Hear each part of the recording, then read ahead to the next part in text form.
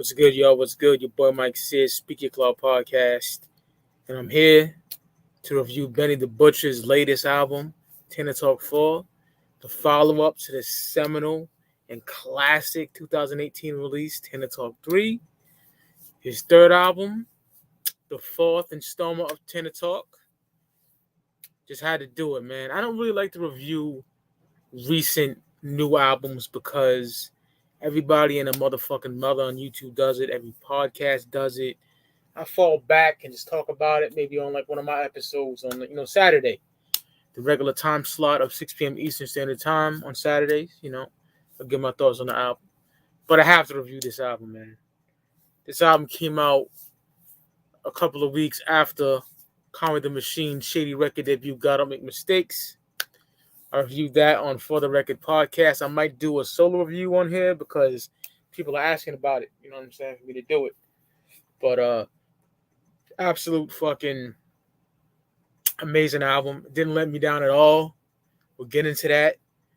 But man, the fucking start of the hype came in, I think it was late January, when Benny released Johnny P's Caddy, produced by The Alchemist, featuring J. Cole.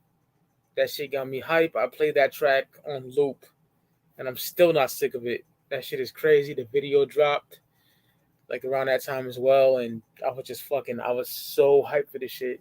So fucking hyped, man. And because I'm not like 90 shit. I would say maybe 85%, maybe even in the early 90s, percent of Griselda fans that don't like Burden of Proof. I thought Burden of Proof was a fantastic album. I thought Hit Boy laced him lovely. I thought Benny got in his like vulnerable bag. He got in his, personal bag and spit some real shit. I enjoyed it. It wasn't that dirty Derringer and Alchemist sound that niggas wanted, so they shit on it. But that album's great. It sounds like an early 2000s Rockefeller Records album, which I love. The Pain in the Ass skit, the sequencing of the album was fantastic. Absolutely love that album. And then Plugs I Met too, niggas hated on that too. I love that too. That was great as well. You know what I'm saying? Like, these dudes do not disappoint me unless it's like Boldy James, the Versace tape. I'm a big Boldy James fan, but that album was not it, at all. I was highly disappointed. And I've been a Boldy fan since that, my first chemistry set and all that shit. So, kind of a letdown, but yeah, neither here or there. Let's get into the album, man. So the first track, I just mentioned it, Johnny P's Caddy, produced by The Alchemist, featuring J. Cole. This shit is crazy. Benny sets it off lovely. This ain't my story about racks to riches, but about how I mastered physics. In the game, I used to train like Rocky, catching chickens. Love that shit. You don't know that line that goes over your motherfucking head. I love that shit. And then, he mentions Conflicted, the movie that came out, I think it was 2020 or maybe no, 2021. Yeah, I think it was. Yeah, that wasn't. I'm not a fan of that movie per se. A lot of rappers that make these hood movies are not good, like, a la Killer Season, when Cameron did that and shit like that. I wasn't fucking with it, but the soundtrack was lit. But when Benny said, that was really me, nigga, I didn't have to act the Conflicted. That was so hard. Only difference is I'm living and I would have whacked one of them niggas. That shit was hard. And then J. Cole, a lot of people said Cole bodied Benny on his own shit, but I disagree. I thought Benny had my favorite verse on it was Benny's. He was talking that talk, It's like the cocky shit. Besides Con and West, tell me who else I gotta respect. Love that, just respect his own niggas, and that's his family, Conway and West are his cousins. But Cole came on here. I thought he had a fucking dope verse. He spit one of the dopest verses of his career, in my opinion. Effortless how I'm skating on these records is proof I put your favorite rapper neck in the noose, never letting them loose. Cold World, the heat will blast to your speaker. And he killed that shit, He the last of Mohicans and Weaklings, last of my speakers, Thought that shit was fire. I'm a rather, I would say, a big Cole fan. You know what I'm saying? I love his albums. Friday Night Lights and the warm-up, the mixtapes is his best work in my personal opinion. But album-wise, it's 2014 Forest Hills Drive and Born Sinner. My favorite album from Cole, But yeah, excellent song. The Alchemist coming correct. Killing shit. on that production tip. Great song. And the sequencing of the album is great. To make that the first song on the album was a fantastic choice. I'm guessing West sequenced the album. And West named that song Johnny P's Caddy. Johnny P is Benny's dad. He used to pull up in the Cadillac and shit like that when Benny was younger. And then we get the second track on here, Back Back, featuring Stove God Cooks. Oh my God, this song is incredible. Produced by Damager and Beat Butcher.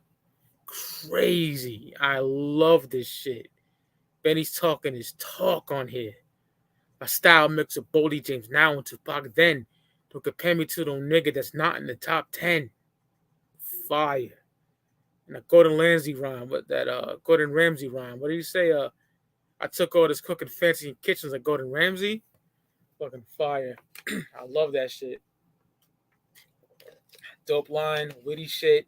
Just that like ultra coke talk right here from between the both of them.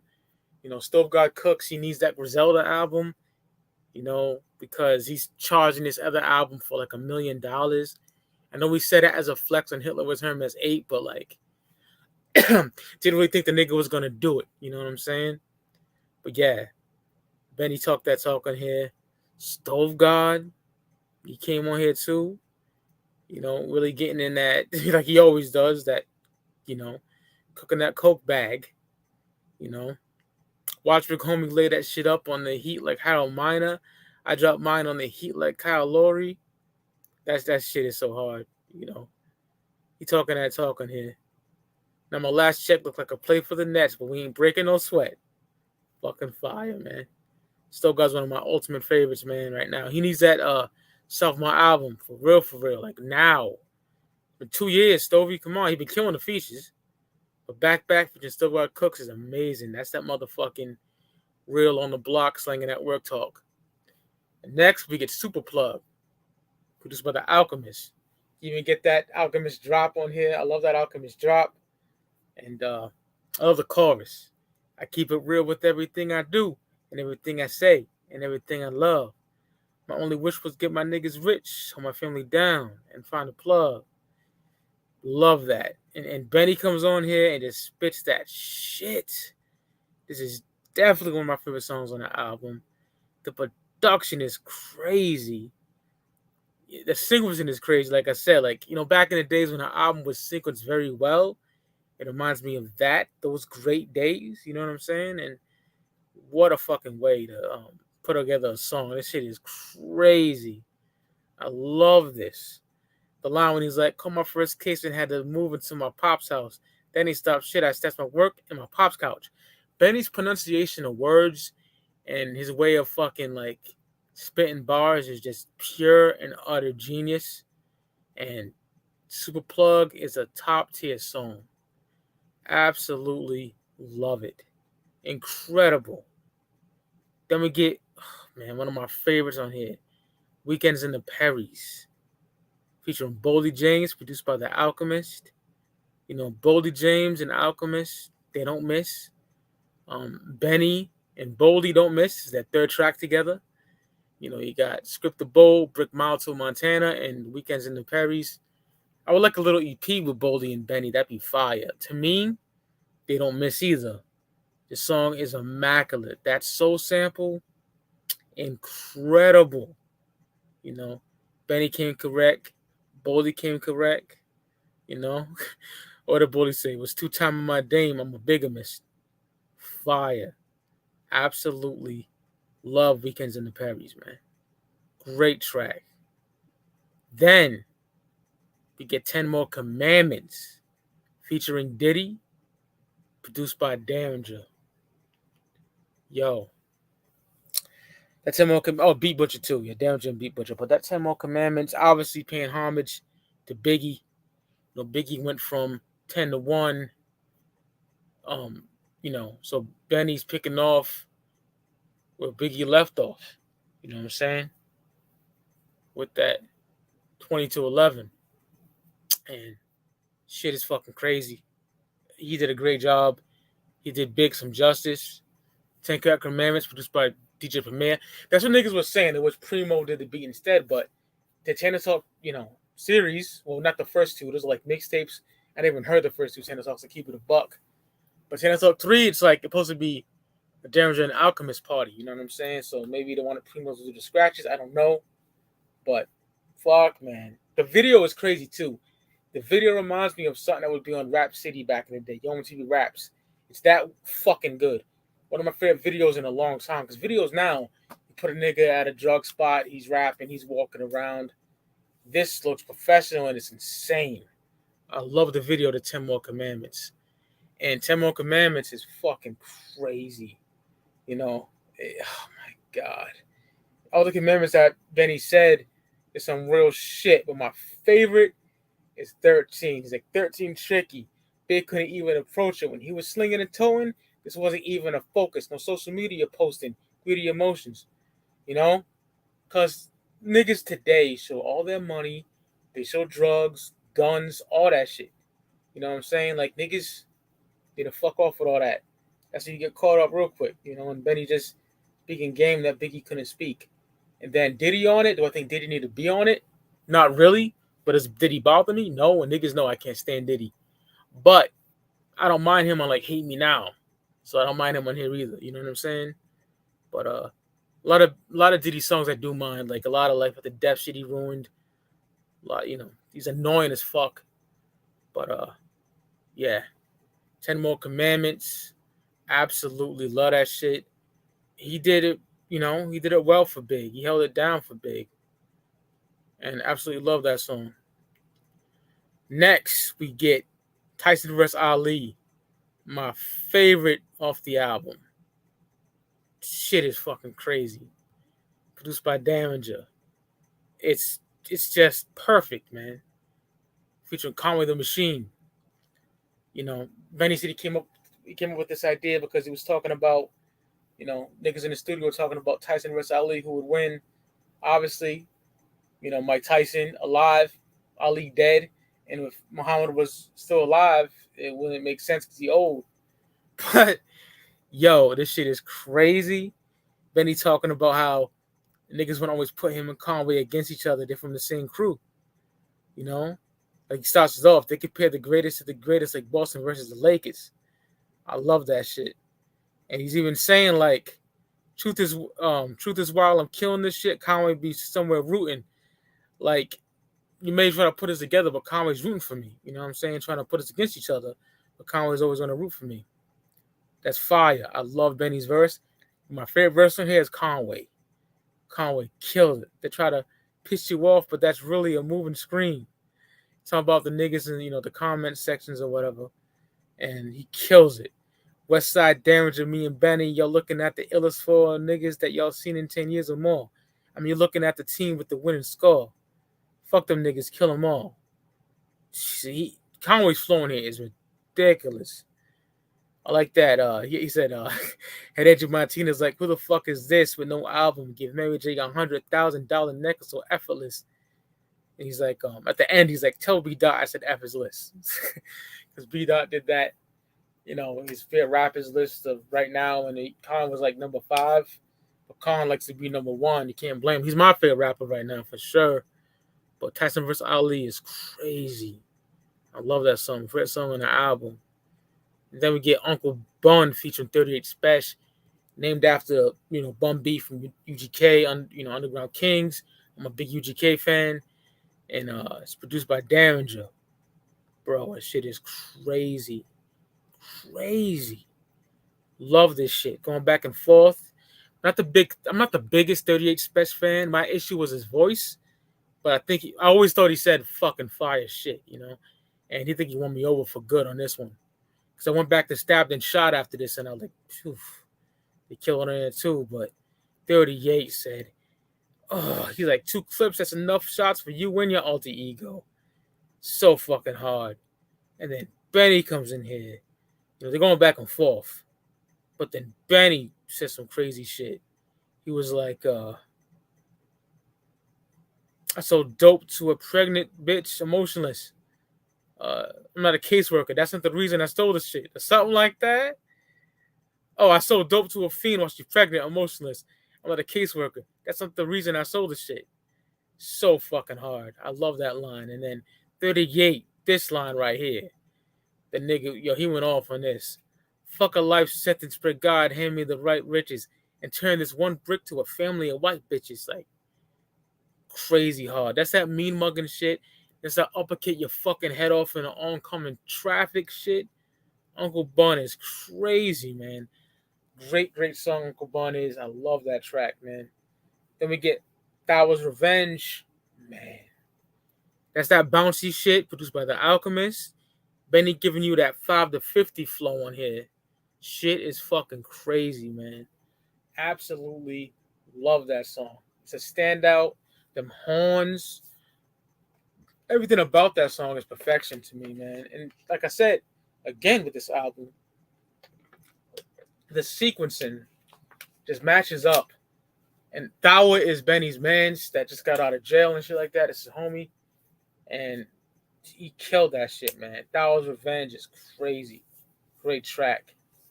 Then we get one of my ultimate favorites on him, man. That Billy Joe, produced by The Alchemist. Oh my God. One of my favorites on here. It's so fucking good. Benny talking that talk, that street talk, that drug talk. The chorus is amazing. On the first of the month, I started with the fresh half. They gave all of my fiends riders to get their checks cashed. By the third of the month, I still had the best glass. I saw my next door neighbor, my auntie, my stepdad. I saw my uncle. I'm like, that's a really nice fucking drug dealer. Taking dudes to get their checks cashed so they can buy that work off them. Oh my God. It's an amazing song. Incredible. Nobody cried when they killed Alpo. Like, Alpo, for the real niggas, they know Alpo was a snitch. If you've watched Peter Full, Alpo, Rich Porter, AZ. A lot of those stories didn't. If you were in the 80s, you knew about it. But if you was a young nigga in the 90s and then, got locked up, and if you were in New York, you heard a lot of those stories from Rikers Island. That's what I heard, you know what I'm saying, from street niggas that are from New York. But yeah, man, what an amazing song. That Billy Joe goes so fucking hard. The chorus, oh my God, it's so fucking good. Absolutely love that shit. Then we get Guerrero featuring Westside Gunn. Of course, named after Eddie Guerrero. I'm assuming you know West is. Produced by Damager and Beat Butcher. That shit is crazy. Benny's verse is insane. He takes like damn near the whole track list of Tana Talk 3 and uses it in like bars. It's crazy. He's like, that's when the rubber bands and weight just made me 97 Hove. Then he mentions Scarface versus Sosa. He mentions motherfucking Joe Pesci 38. Echo Long, damn near the whole track list. Then he mentions shit off Burden of Proof, like War Paint and shit like that. Fucking crazy, man. Absolutely love that shit. Such a good fucking verse from Benny. That shit is incredible. It takes talent to do shit like that. But my bad about that. But yeah, it takes talent to do shit like that, man. And then West Side comes through. Fiends dancing, doing the wop. Stupid nigga made the phone hot. Linda sniffing did the robot. That shit is hard, West's work making niggas do the robot and shit. Incredible. Incredible. One of my favorite songs on here. Then we get Busta Brick Nick. Busta Brick Nick is just perfection. One of my favorite songs on the album for sure. Fucking love it. Benny comes on here confident. Niggas say they're nice, but they don't shake shit up like the Butch. I got a movie deal, but chilling. My real life like a book. Oh, I fucking love it. Like, Benny talks that shit on Busta Brick Nick. I'm like 95 kg, nigga. I'm with the Wolves. But me and CD Mike and Pippin for Robin got to the Bulls. Like, oh, it's so fucking good. I like that line. He's like, my little crypto investment was probably triple your necklace. On this episode of Flavor of Love, your bitch a contestant. Says you don't ever suck dick the first night. This is an exception. Oh my God, yo. So fucking good. So fucking good. I love it, man. It's one of the best songs on the album. It's crazy. Had my best run when I lost Shay. Of course, it's crazy. I asked God to bring him back to pray. Jump out his coffin, maybe. Like, I love that shit. I love that shit. Busta Brick Nick. Busta Brick Nick, his name was Nick in conflicted, and that's what he said in there. He's like, that was his like little alias, Busta Brick Nick. Then the album ends off with Mr. Childhall produced by the Alchemist. Alchemist is killing shit on here, man. Like every track is just even damaging, man. Just like Tana Talk 3, you know?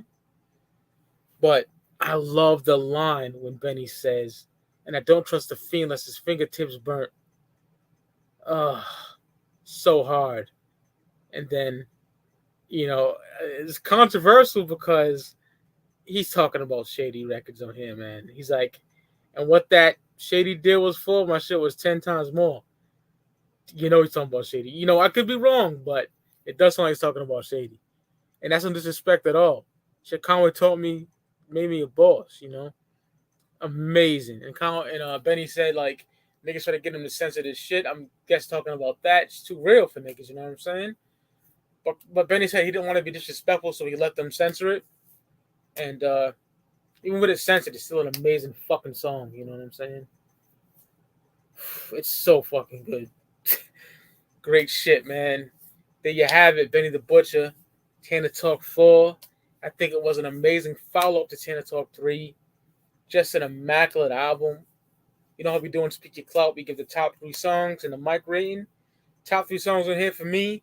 Tyson Ali, featuring Conway the Machine. Busta Brick Nick, of course, and Super Plug. Those are my top 3, man.